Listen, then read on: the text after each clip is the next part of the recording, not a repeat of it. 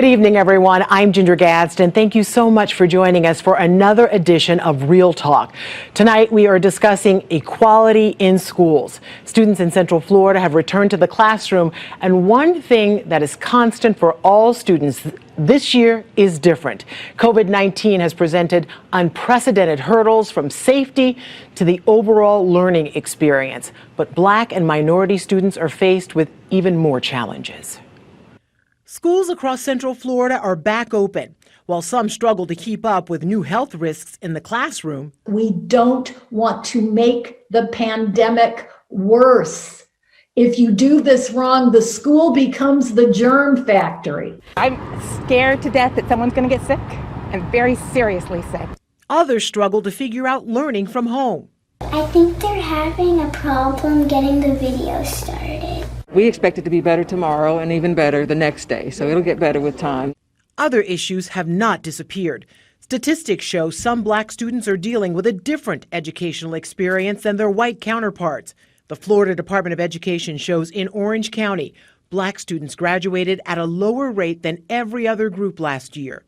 And the most recent civil rights data shows Black kids in that county spent nearly 6 times as many days suspended and out of the classroom than white students, and were more than 2 times as likely to be referred to law enforcement.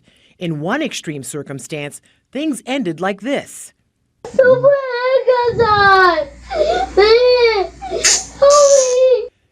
A 6-year-old was handcuffed and arrested at her Orlando school last year following a temper tantrum. When children are arrested, their lives are forever changed, and we have to admit that it may not be worth the psychological scarring for very young children that could have been managed with common sense. Stanford University says disproportionate punishment and poor academic results go hand in hand. Add to that, many say they had to wait years to see a teacher who looked like them in the classroom and are still waiting for a curriculum that reflects them. We're not putting enough emphasis on making sure that there is a cultural variety in the curricula that we're presenting. So while juggling a laundry list of new challenges, many Black students are still struggling with equality issues this school year. So for the next hour or so, we will be discussing those issues. Joining us tonight to discuss these issues is our panel of distinguished guests. Osceola County Superintendent Dr. Deborah Pace, Assistant Professor of Urban Education at UCF, Dr. L. Trenton S. Marsh, President and CEO of the Central Florida Urban League, Glenn Gilzian Jr., Cocoa High School teacher Stephanie Lay, and Evans High School senior and President of Central Florida's Future Leaders, Wedna Dalterice. Thank you all so much and welcome, and thanks for being here with us tonight. We want to get right to it. So we want to begin with this question. What is the biggest challenge to providing an equal educational experience for every student? And Dr. Pace, we're going to start with you diving right into this question. Well, thank you, Ginger. You know, right now, because we are faced with the option of both face-to-face and digital learning, I would say that one of the most significant challenges that we all have is access to technology, both in terms of the digital devices and the Wi-Fi that we need consistently across the district. Osceola County serves both urban environment as well as rural environment, and even having a hotspot sometimes isn't adequate. So we're all striving very, very hard to make sure that we have adequate resources to serve all of our students, but that is a significant hurdle for all of us right now across Florida. Yeah, we've been hearing a lot about Wi-Fi issues and how some parents have to go to parking lots of fast food restaurants to even just have access for their kids to get online. Dr. Marsh, what about you? I think that one thing that we need to address, and I know I have colleagues on the panel that will certainly agree, that we need to sort of reframe, I think, what the conversation should be about. So oftentimes people are thinking about academic achievements and their gaps. But I think we need to address a larger question is, are we addressing the right question? So maybe not equality, but maybe the conversation needs to be more around equity. And on top of that, when you're thinking about equity context, you need to have experiences for our young people that are affirming all young people's experiences that are affirming. Okay. And Ms. Lay?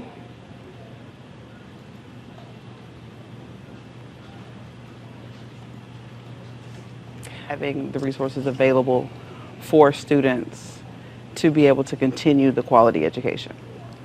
Mr. Gilzian, what's your answer to that question?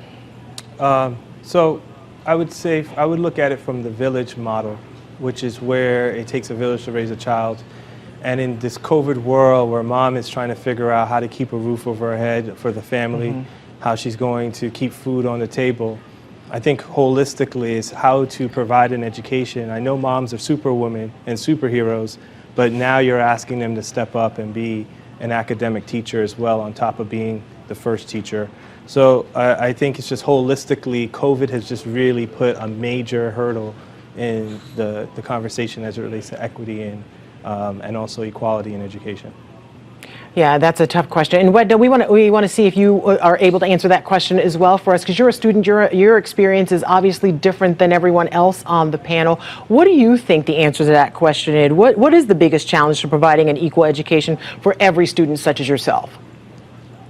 The biggest obstacle in providing an equal education is the division of attention. You know, you have some students that are in school, and then you have the other students that are online, and sometimes even when I'm in class, I'm asking questions to my teacher and I'm typing, and she doesn't answer it till 10 minutes later. And it takes, it's really hard to finish your assignments and turn them in on time and to efficiently work during class, because you're stuck on this problem and you can't move on, and she doesn't answer to you, and it's not like you can go up to her desk or anything, you know? Sure, and I imagine that that's pretty difficult, and by the time you do get an answer, do you feel like you become more disengaged, or are you still just trying to remain engaged? It's a battle between being engaged and disengaged as well. So sometimes I may feel really engaged and I'm trying very hard, but then I start to disconnect and I just say, you know, I can do this my way, you know, because it's almost that you're teaching yourself when you're at home. You know, you don't get that one-on-one, even when you're in the classroom, you don't get that one-on-one connection, but it's still face-to-face, and you can see and see the teachers do examples, and it's easy to raise your hand and say, I need help with this, and her to remember that you needed help, then versus you being online and she forgot completely that you had a question, because there's so many children typing in the chat. Yeah, that's a lot to manage on both ends of that. Okay, so we've asked people all week and leading up into this discussion to send in their questions to figure out what's the most pressing issue on their minds. And one of the first questions we have is for Dr. Pace. And Heather wants to know, she says, knowing the statistics around racial disparities in school punishment, what programs or policies will the school board be implementing to decrease these disparities? And before you answer that question, Dr. Pace, we have a graphic to illustrate a stat that we found. According to the U.S. Department of Justice, Black children represent 35% of juveniles arrested, despite making up 15% of the youth population. You can see the disparity there. So what Heather is asking, what sort of programs will be implemented to decrease those disparities? I'm a big believer, Ginger, in positive behavior intervention support and restorative practices. So really looking at reframing the topic of discipline around teaching as opposed to punishment. You know, when a child doesn't know how to read, we teach them to read. When a child doesn't know how to swim, we teach them to swim. But if a child is having problems interacting with others without anger, or if a child is having problems paying attention in a focused environment for a rather long period of time, should we punish?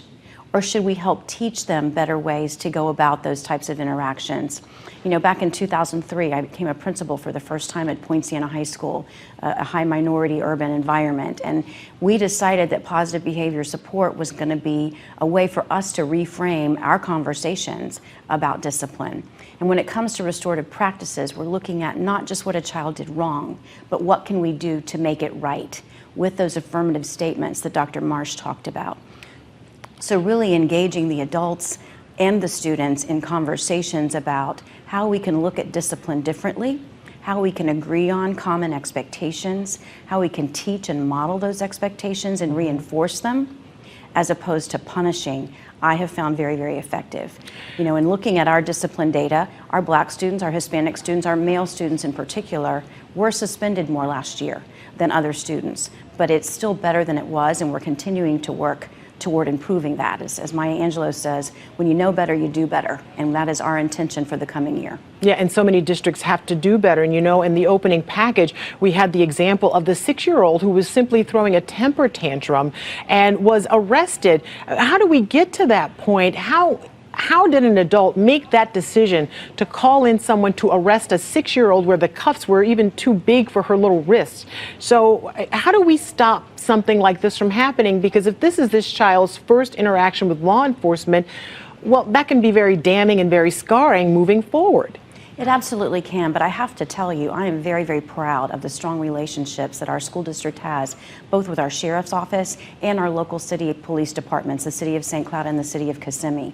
We provide extreme training for our school resource officers in youth mental health first aid so that they can identify, just as our counselors do, our social workers do, when those behaviors are really not about a discipline issue, but more about something that's missing inside that we need to try to get to help correct the behavior and control the situation.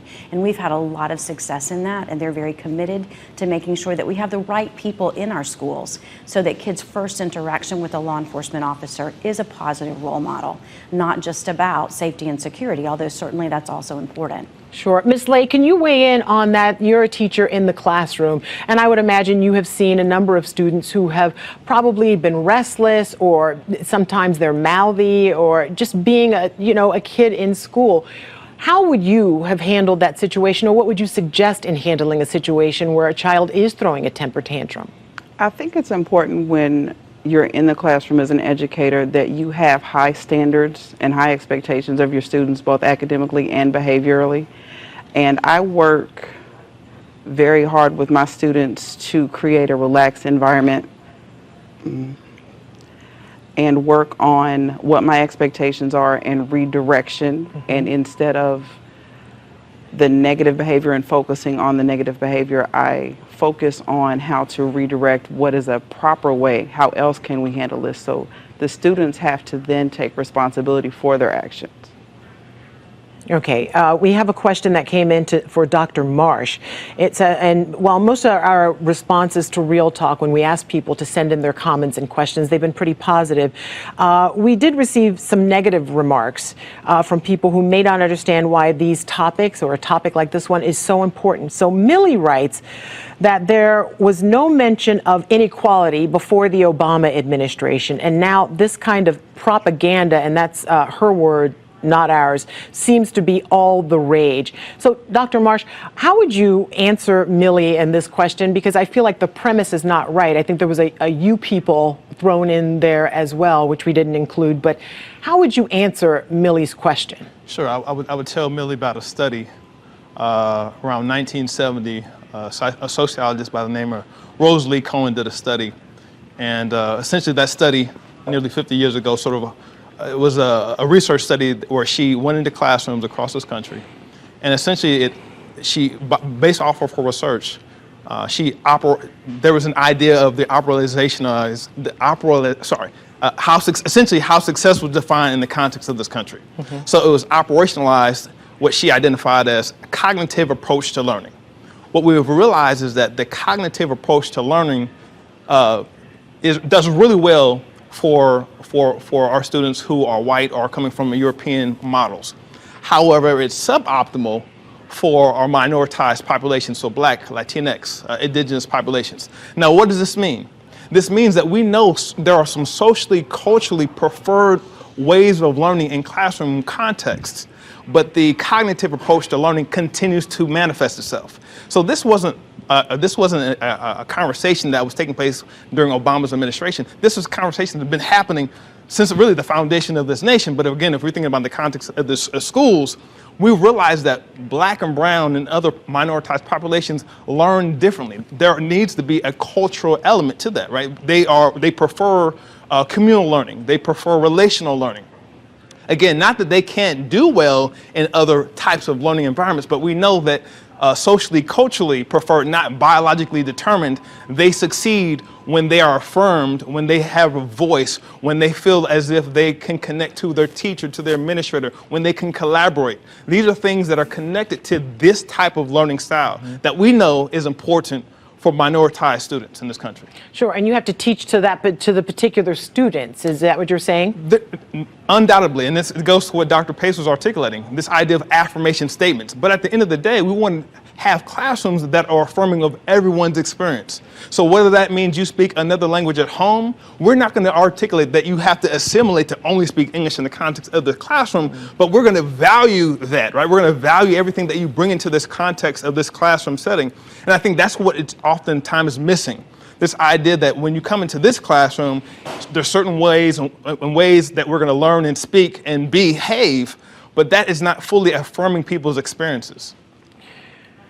Now, Mr. Gilzing, we have a question that came in online for you as well. And it says, how do you feel schools in local urban areas differ from those in more affluent neighborhoods? And before you answer that, and I feel like something needs to be unpacked about why people live in particular areas. And it all goes to neighborhoods and loans and mortgages, and how minorities are denied mortgages and can only live in certain neighborhoods, and that determines what schools those kids go to. Can you talk a little bit about that as well? Absolutely. So we know that historically there was a thing called redlining.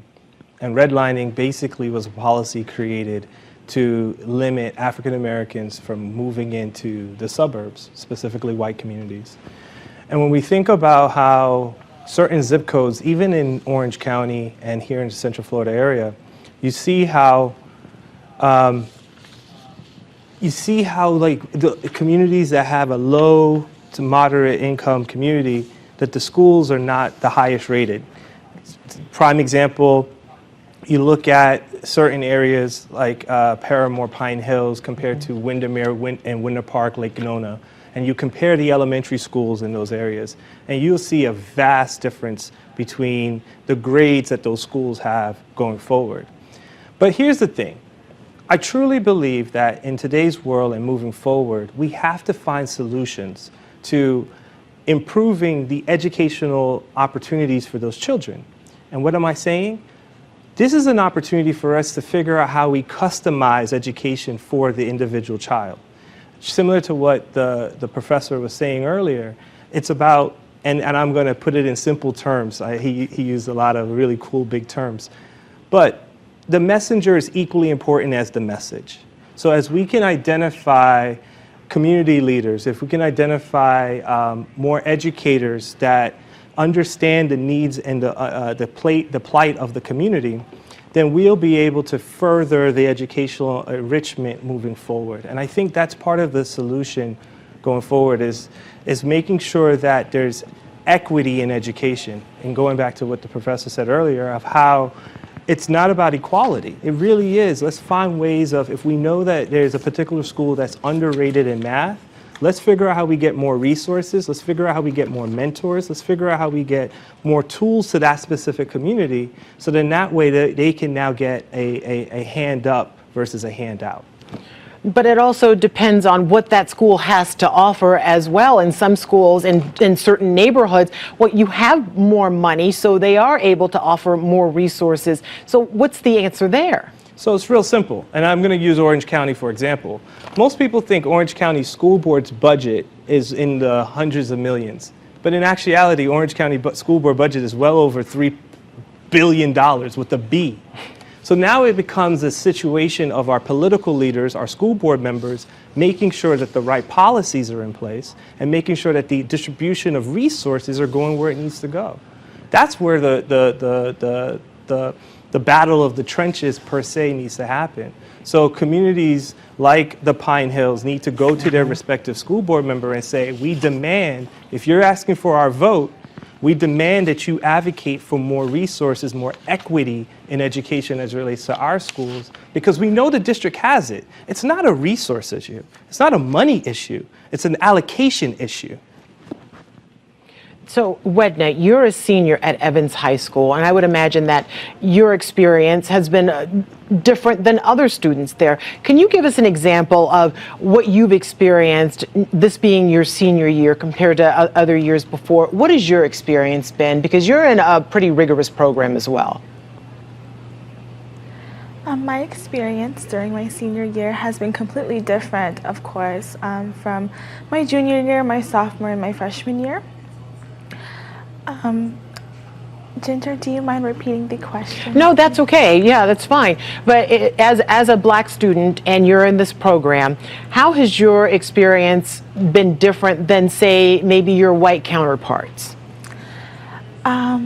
I can give a great example for that. I was at a college career resource field trip, and we were looking at different colleges we wanted to attend to, and there it was this male, and he was different skin tone than me. He came up to me and he started a conversation, and he asked me, "What school do you go to?" And I said, "Oh, I go to Maynard Evans High School. I'm a part of the IB program." And he looked at me in a shocking way. He was like, "IB?" I was like, "Yes, we have IB." And he was like, "Oh, wow." He was like, "You're very smart and you speak proper for a black girl." And immediately, the smile on my face had been wiped away. I began to think to myself, do I have to be less? Did he expect less of me because of my skin tone? Does he expect less of my brothers and my sisters around me, my classmates that look like me? Yeah, that's, I could see why that smile was wiped away from your face. But what does that tell you, Wedna, when you are faced with a question like that they don't expect you to be articulate? And like some people think it's a compliment to say, "Oh, you're so well spoken." I didn't hear you, I'm so sorry. That's okay. It's just a difficult situation to have to deal with, and I know you're a young lady and you handled it with absolute grace. So I want to ask Ms. Lay, as a teacher in the classroom, how would you suggest that a student like Wedna and others maybe handle a question like that when someone just assumes that they should not be as bright or as articulate as they are? What would be your response, or to how to help that child cope with a question like that? Because that's difficult. I encourage my students because they're in an educational setting, so I encourage them to present themselves as an educated student. There is no set way for you to talk based on your skin tone. If you want to sound as if you are educated, then that's what you do. If you are in an IB program, you're in an advanced program, or any other program for that matter. Make sure that you present yourself in the highest light to whomever. And if those people doubt you, I encourage my students to make sure that they are representing themselves to the best of their ability. Mm-hmm. And that brings me to a question that I have, because it took me up until middle school in order to see a teacher who looked like me, Mrs. Grady, and that changed my entire world. It changed my life. How important is it for a student to have a teacher in the classroom who can speak to their experience, who has had some of their same experiences? Dr. Pace, I'll start with you. I really think that's critically important. I know that, I have a close relationship with our local NAACP chapter. In fact, the president was my 9th grade English teacher and a highly successful principal in our school district. And she and I talk often about how we want more black educators in our classrooms, because kids do need to see them. We have made a commitment in our district to diversify our administration. We only have about 30% of our administrators who are minority, but we have at least one in all 58% of our schools. So we're getting closer and spreading that out, because kids need to see people who look like them to look up to.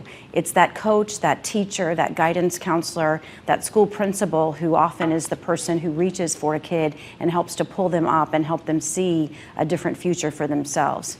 I also want to go back, I think, to what Wedna said in terms of access to those rich and rigorous programs. It really starts with choices that adults make. We as adults have to do a better job of making sure that we're giving kids opportunity and access from the very beginning. VPK has a tremendous impact on outcomes all the way through graduation, from reading performance, math performance, and like I said, improved graduation rates. So we want our adults to encourage kids, enroll in those rigorous VPK programs. It matters for kindergarten readiness, and we know that equity starts there.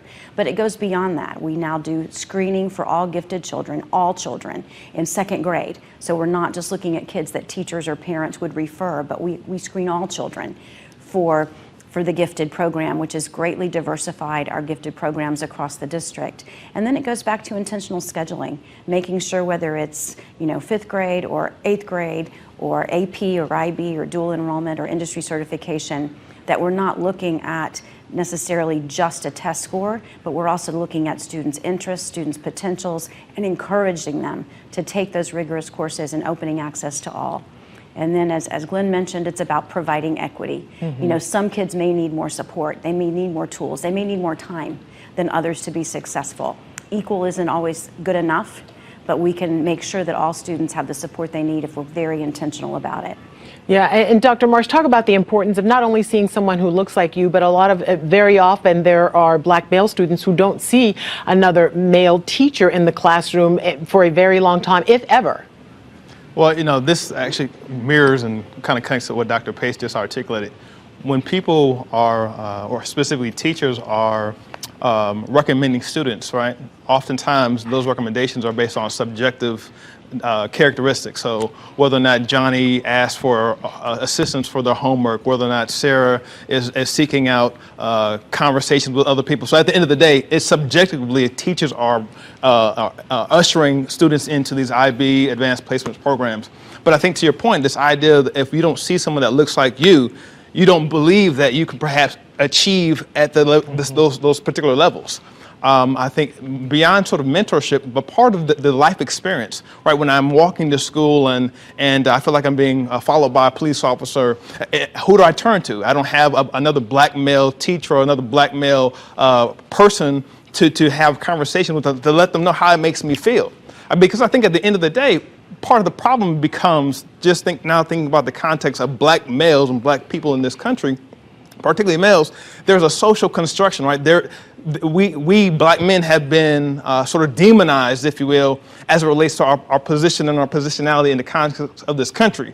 So I think we need to really push conversations about, again, affirmation to make sure that we have teachers in classrooms that can look like me, look like Glenn and all the other black males who are in this fight to make sure that education is more equitable and not just equal. Sure, if you can see them, then you believe you can be them as well. So you need that sort of modeling. And Ms. Lay, as a teacher in the classroom, do you find your experience with other students of color, do you feel that they have a greater appreciation because they can maybe come to you because they understand that you may understand where they are coming from?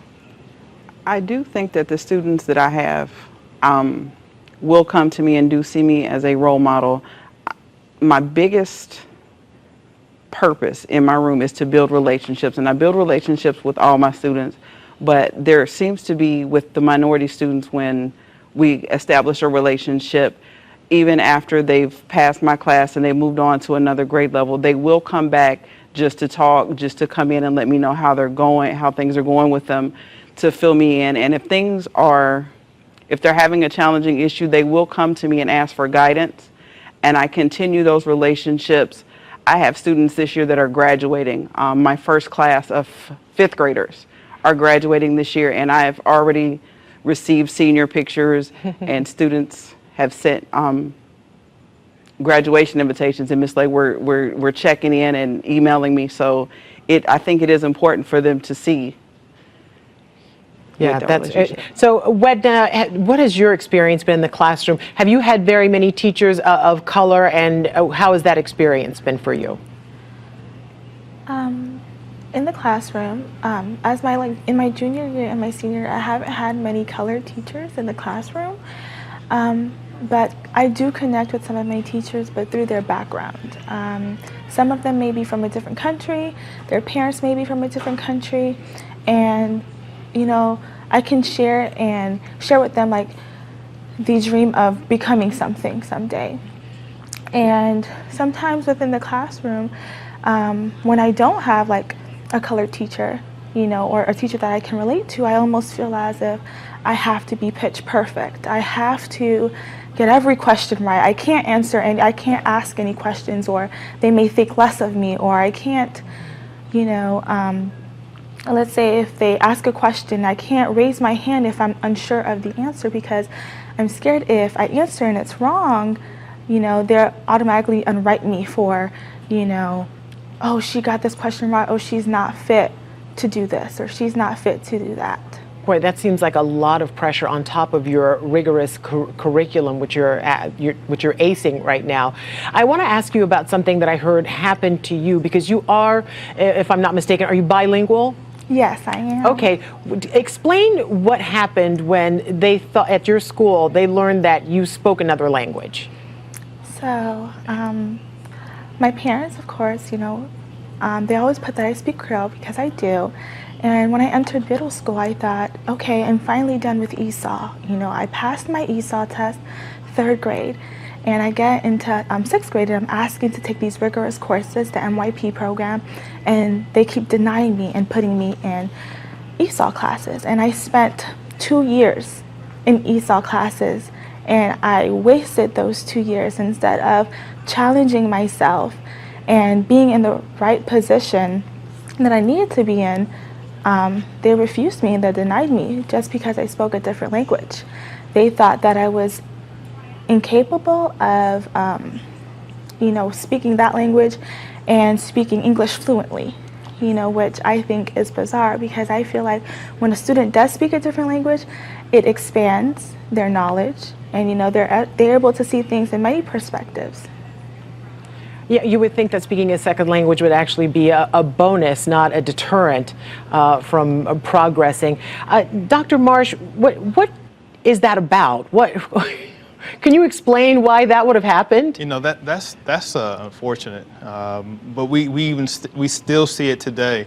There was a study that was done in another southern state, and teachers were assessed about their students, and I want to say it was like 60% of the teachers, when they heard the use of the language Spanish, they associated that with bad behavior and poverty. And this is a 2017 study. So it's problematic how we are framing students and their communities. You know, part of this speaks to professional development. Part of this speaks to what are these sort of courageous conversations that we're not having, in the context of our schools, in the context of public, again, context of not only in the context of schools, but in the context of these private spaces. When people are not in their school building, like, what are we thinking about the other group that speaks another language? What do we think about the individual who has a different phenotype, right? The different skin color. And so this is going to take courageous conversations, not only in where the young lady school is, but across the country. I'm going to continue to say this. We need to create affirming experiences for all our babies. And that means highlighting and valuing every aspect of what they bring into our classrooms. Until we do that, we will not be able to build the relationships like Miss DeLay, excuse me if I said your name incorrectly, who teaches mathematics, right? She's intentionally building relationships with her students because she values every attribution of her students, and that's important. Yeah, and you know, you talk about building that in the classroom. I want to ask you all about something that we should see more, or should we actually see more of this in the classroom? The textbooks sometimes don't actually reflect what the student in the classroom looks like. I can remember my school days. I don't think I saw a brown child in a book until maybe I was in high school or college. How important is it that kids now see themselves reflected in the literature we're talking about? Dr. Pace, we'll start with you. I think that certainly needs to be a priority as we're moving forward. The state has adopted new standards. We're looking at new ELA resources. Let's make sure that those resources do reflect all of our students, not just some of the students. As Dr. Marsh said, that's so critically important. It's been a long time since we've had an opportunity to look at new textbooks in ELA, in particular English language arts, but that's a critical piece. But it's true whether we're talking about English language arts or social studies, kids do need to see their lives, their experiences across the world reflected in that. That's one of the things that I love and value about the International Baccalaureate program, is that it really strives for that international mindedness, how we can see and have a greater appreciation for other cultures, other people who might be different than us. But that's what makes the world rich.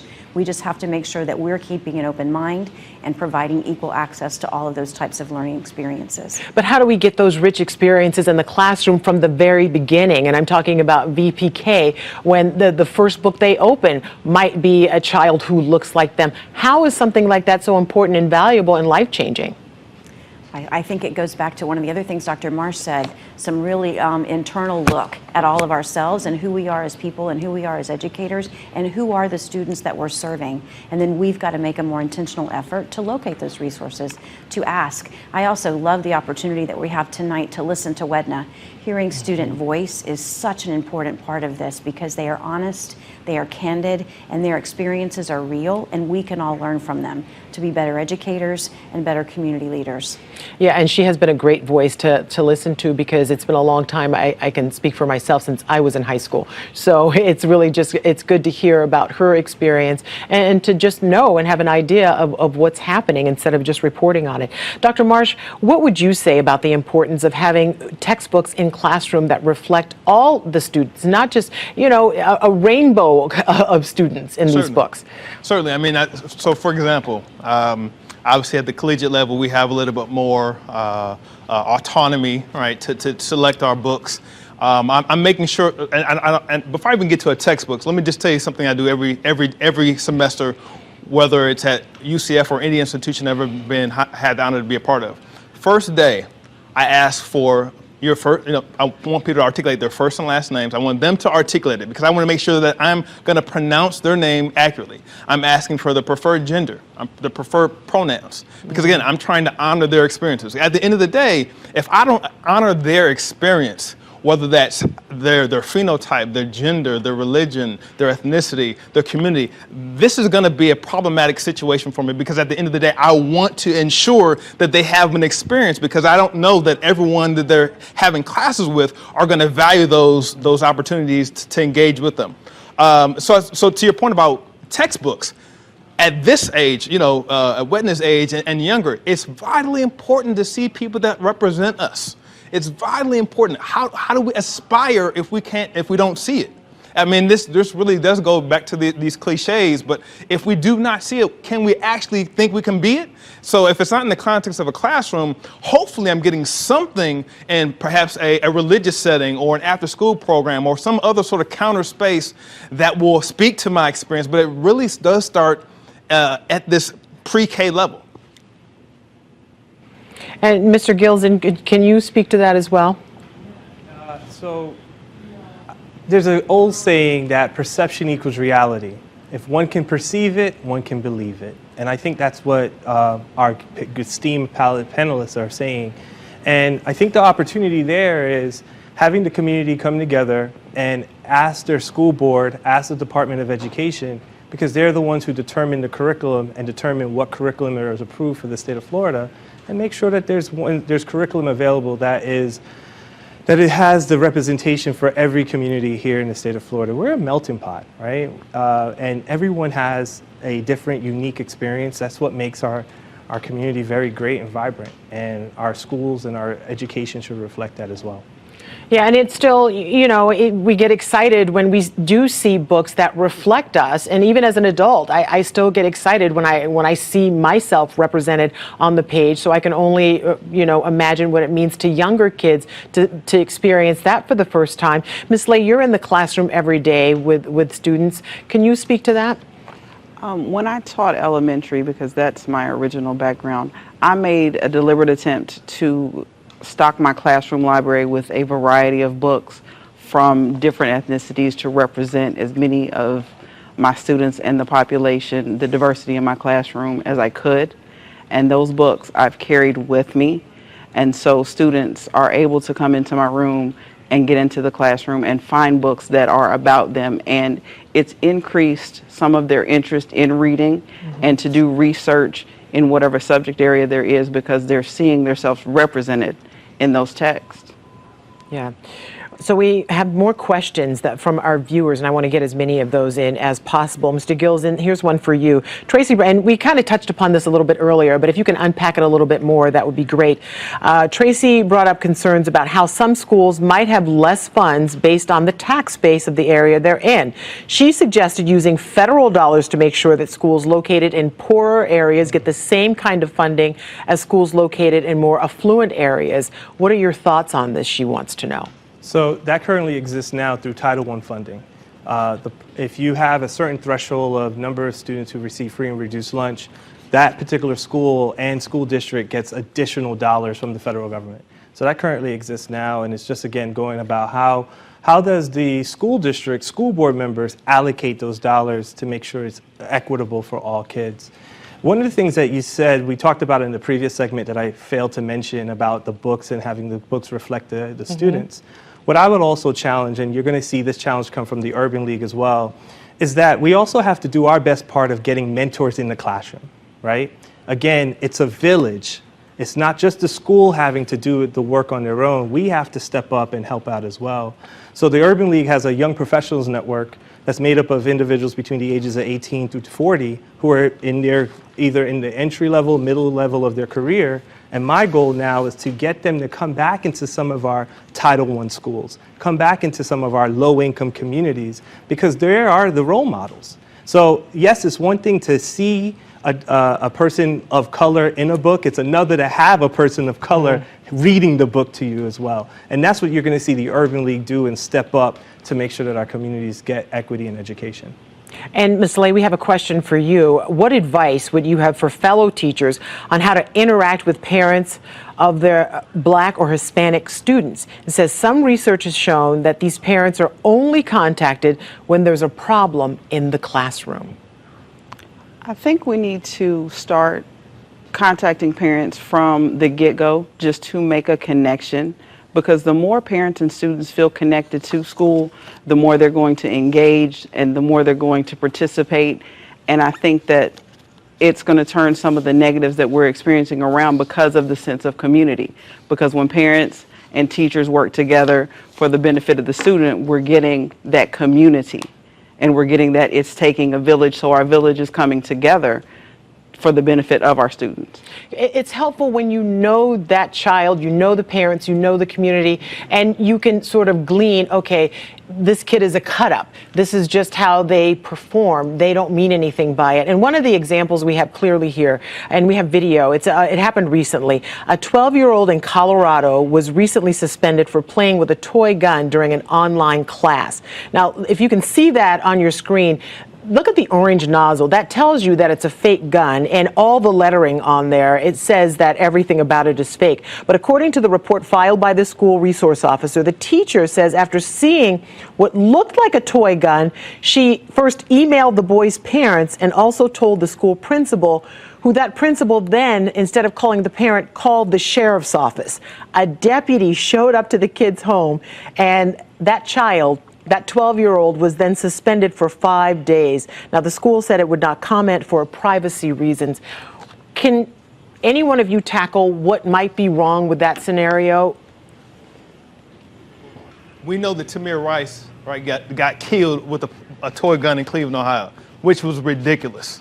And so the fact that this young man was at his, I apologize for sort of jumping in, but the fact that this young man was at his house online playing, right, during COVID-19, playing at his own house, again, I'm gonna say playing at his own house, that's ludicrous. This goes to Ms. Lay's point. When we're in relationship with our parents and students are, can kind of be comforted by them and see them as someone outside of their parental support that they can look up to, be entrusted with, that's a conversation with the parent. Hey, I saw, your young man, your son playing with a gun, maybe not during class. But at the end of the day, the problem becomes Tamir Rice being killed by police officers with a similar gun in a park in Cleveland, Ohio, nearly 18 years ago. Or rather, this would have been his 18. He would have turned 18 this year. Yeah. Dr. Pace, can you talk a little bit about what might have been the proper protocol here? Well, I think it goes back to several different things. Number one, obviously the relationship piece is important, really knowing your students and knowing their parents and understanding where they're coming from and what the appropriate reaction would be. I think there has to be some question as to whether or not it was playing or whether somebody was potentially threatened. We all have a heightened sensitivity about violence and guns and those types of things as it relates to education because of all that's happened in the environment. But I also think it goes back to what I talked about earlier in terms of training for our school resource officers and having those strong relationships with our law enforcement officers so that kids and parents and principals and teachers understand their role and see them as a positive presence, as a way to extend relationships, as opposed to something that's all about punishment.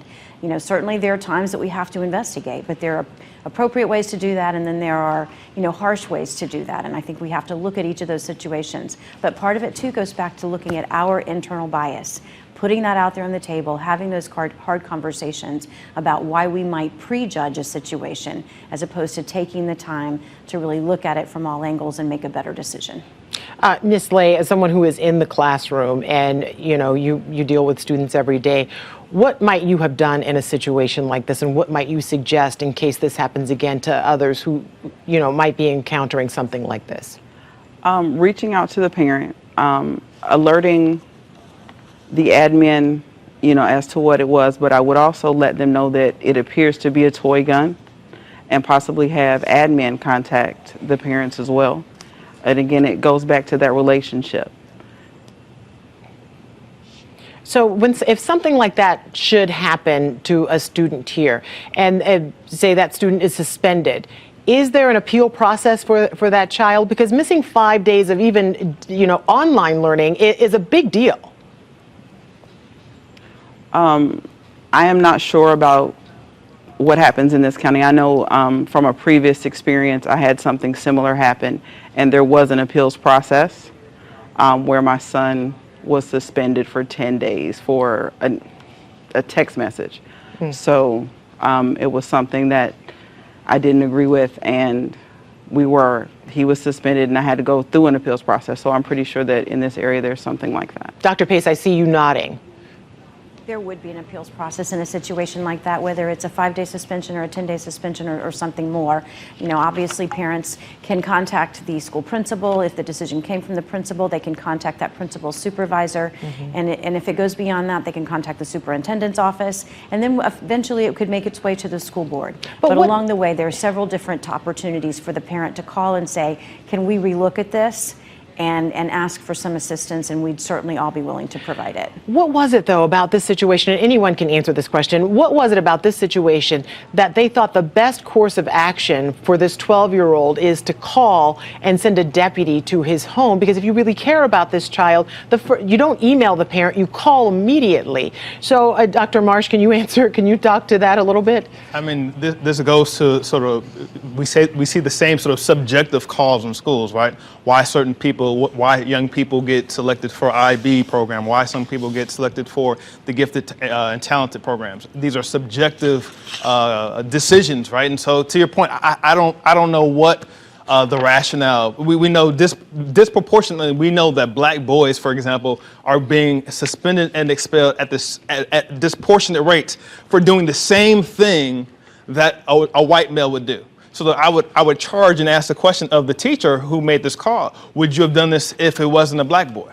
And if that response is like, oh, I don't necessarily know, then this goes to what Dr. Payson, I think we're all been articulating. You need to have courageous moral conversations with yourself concerning why, in fact, this is the first immediate response, as opposed to having a conversation with a mother or try to setting up some time to have a one-on-one with that student.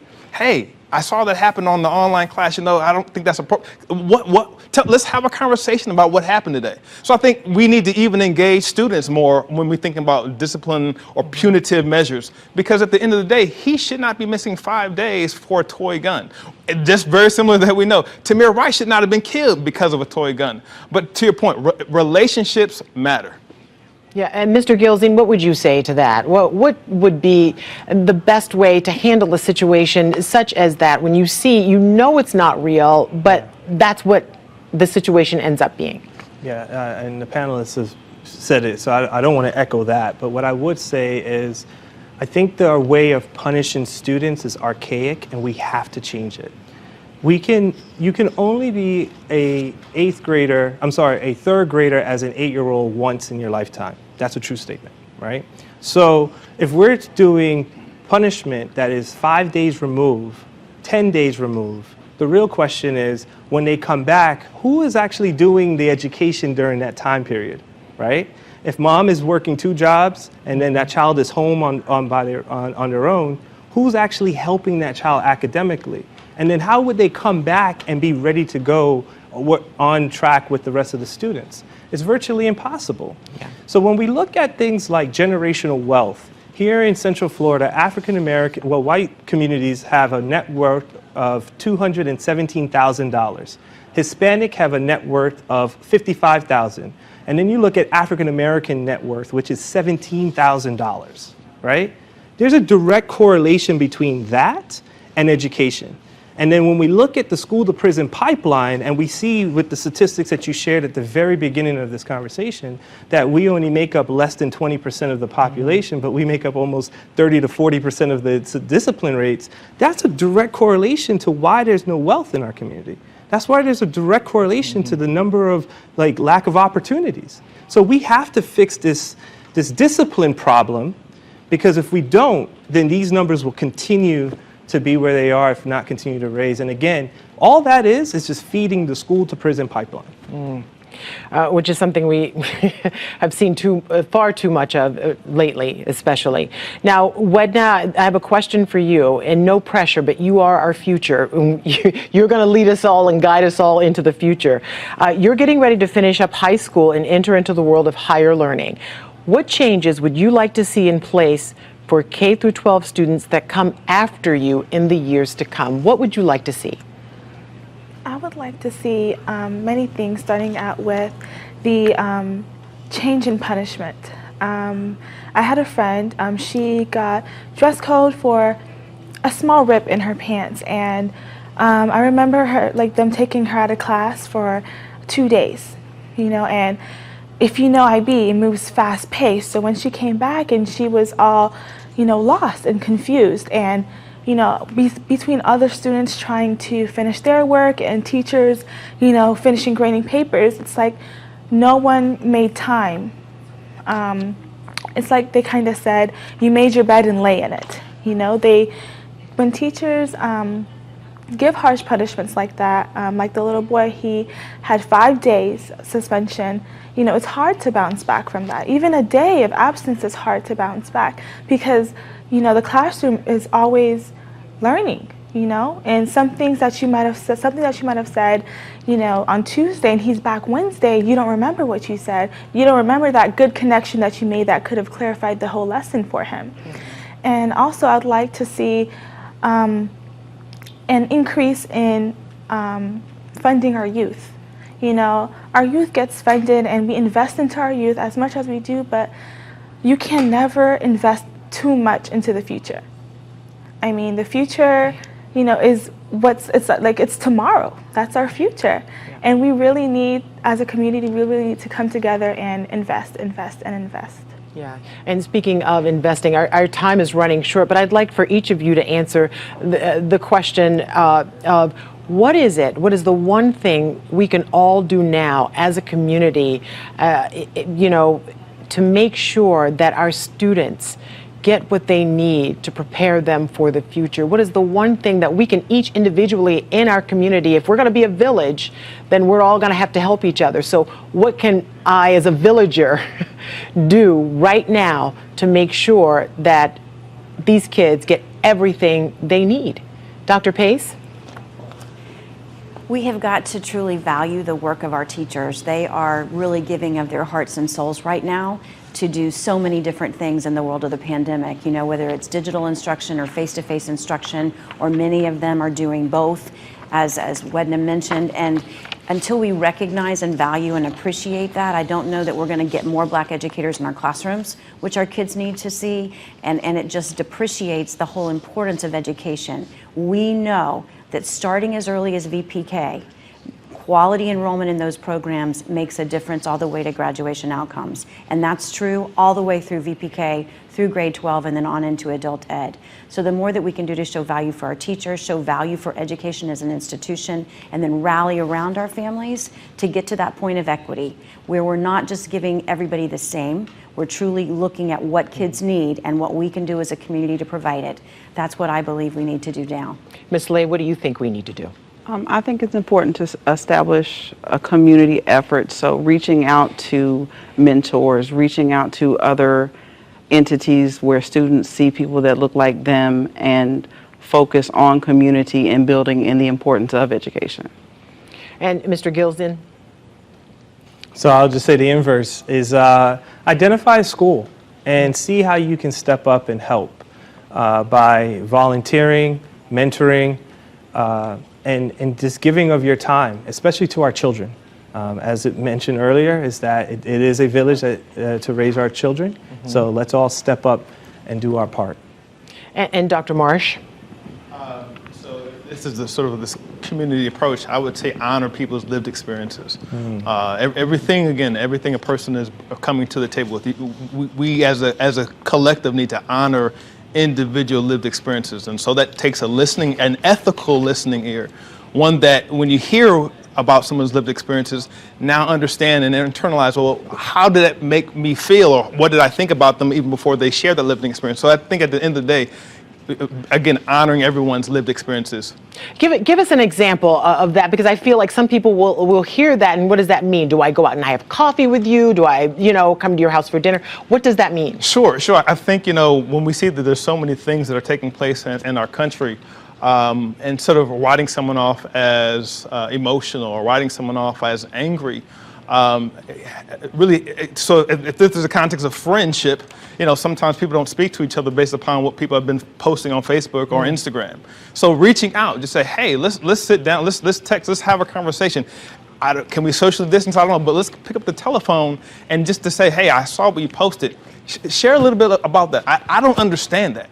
And that becomes this ethical listening ear, because I want to actually understand your experience. I don't want to just write it off as something that, oh, you're feeling that kind of a way, but I want to sit down, again, whether it's virtually or otherwise, but to understand and truly understand your experience through your lens, through your mouth and your experiences. Yeah, and it's much better. Most people will just hide a person whose opinion they don't agree with or unfriend them on Facebook. But the truth is, we need to really engage those people. And we had this discussion before we did this program today. There was one from Millie, actually. She was a topic of discussion. Should we include her comment about the Obama administration and this being propaganda, and us not really wanting to talk about equality, but just wanting special treatment? This gets to Glenn's point. I don't necessarily believe that the problem sometimes becomes that we want to be a melting pot. But actually, I don't want us to be a melting pot. I want us to be a tossed salad. I want you to see the green. I want you to see everything about all a person. All the flavors. I want you to see all the flavors and experience all those things, right? So I think I'm glad you included it, because her experience and her lived experience also matters. Well, I cannot thank you all for being here this evening, and I really appreciate your time. And I hope that folks who are watching on clickorlando.com, they were able to glean a little something from this and just recognize that it is up to each one of us to be the change that we want to see. And we want to leave you with a quote tonight about the importance of education, and it comes from one of my favorite people, Oprah Winfrey. She says, "For every one of us that succeeds, it's because there's somebody there to show you the way out. The light doesn't always necessarily have to be in your family. For me, it was teachers and school." And we want to thank you all for being with us for this edition of Real Talk. Thank you for your time.